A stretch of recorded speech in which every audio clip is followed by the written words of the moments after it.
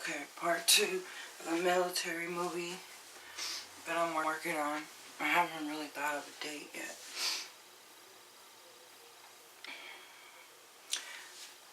I had to take a break and just really think this over and how deep, this goes with me about the military, because when I was about 9 or 10, I was molested from Air Force man who was my sister's husband. So, I remember when we were in the movies and we were leaving and he was walking really close behind me and groping me, and that was the beginning of it. And I just wanted a brother-in-law, a role model, a father figure type, and he basically took advantage of me, and I was just a little girl. So a lot of, probably, if it goes back to the military, a lot of my problems, like I was saying earlier, was, started when I was a little girl. And, I was also raped by an Air Force guy. I remember I was set up on a blind date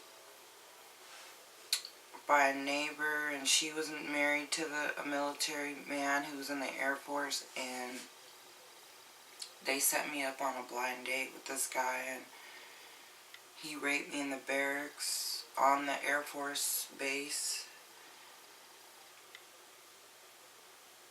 in McCord. So I have some bad experiences with military men that I don't even like to talk about. And I know a lot of women don't even want to begin to open the can of worms that goes along with military men. They can be stalkers. They'll hunt you down. They can basically target you. I remember, there was a time when I only dated military men for a while. And because of Fort Lewis, they're just all over the place. And sometimes I did seek them.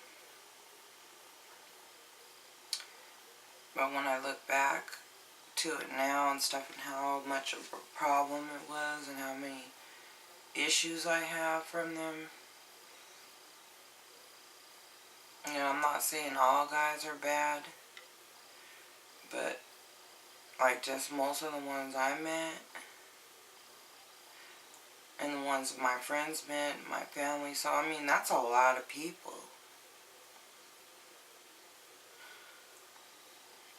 Either we're just meeting the trashiest dudes in the military and the worst ones, or there must be somebody else experiencing this besides me. And I don't know why women are protecting these guys. I guess because of the fear. And, they do beat you.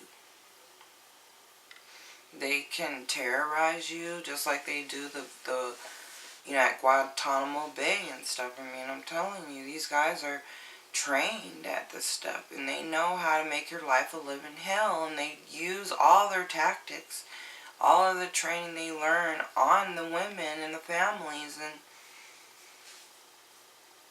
I don't know if these, superiors know what's going on. Do they care? Do they just want to have brutal beasts, monsters? I guess that's what they raise them to be. But they don't tell them and teach them how to shut it off and how to be family and fathers and husbands. So I decided to get that off my chest for a minute.